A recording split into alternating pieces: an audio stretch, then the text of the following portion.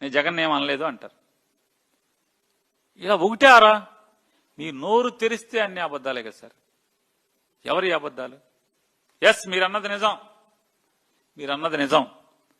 మేం 11 మంది మాత్రమే గెలిచినప్పటికి కూడా 1100 కాదు 11,000 మంది మేము గెలిచినంత దమ్ముగానే ఇవాళ రాజకీయం చేస్తున్నాం. మేము మా కార్యకర్తలు రాజకీయం చేస్తున్నారు.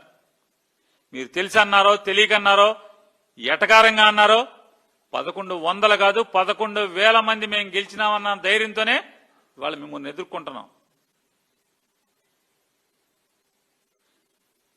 మాలో నిజాయితీ ఉంది. మేము మాట్లాడే మాటలో ప్రతిదీ ఆధారం ఉంది, ప్రతి కాగితానికి ఆధారం ఉందనేటువంటి ఆత్మస్థైర్యంతో మేము మాట్లాడుతున్నాం. నిజాయితీనే మా ధైర్యం. మీ అబద్ధాలు, మీ అసత్యాలు, మీ తప్పులే మా ధైర్యం.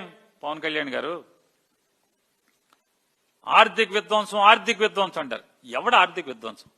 పవన్ కళ్యాణ్ గారు, మీరు ముగ్గురు చేసేది ఆర్థిక విధ్వంసమా? జగన్మోహన్ రెడ్డి గారు చేసిందా?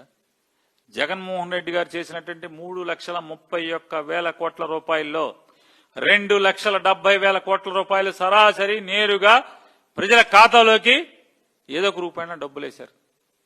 అదొకటే కాదు, పోర్టుల నిర్మాణం 6,000 కోట్ల రూపాయలతో సీసీ రోడ్ల నిర్మాణం గ్రామీణ ప్రాంతాల్లో, సుమారుగా 7,000 కోట్ల రూపాయలతో సచివాలయ భవంతుల నిర్మాణం, సచివాలయాలు కానీ, రైతు భరోసా కేంద్రాలు కానీ, అలాగే హెల్త్ సంబంధించినటువంటి బిల్డింగ్ల నిర్మాణంలో కానీ, లేదా హెల్త్ ని అద్భుతంగా హాస్పిటల్స్ రెనోవేట్ చేయడంలో కానీ ఎంత మార్పు ఇచ్చాడు. పాఠశాలని 48,000 పాఠశాలలు ఉంటే 16,000 పైచిలుకు పాఠశాలని మార్చి చూపించాడు.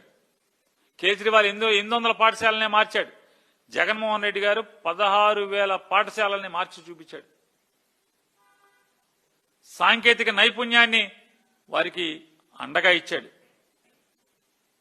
డబ్బున్న వాళ్ళ పిల్లలతో పోటీ పడి ప్రభుత్వ పాఠశాలలో చదివేవాడు తయారయ్యేట్టుగా తర్ఫీదు ఇచ్చేదానికి ప్రయత్నం చేశాడు.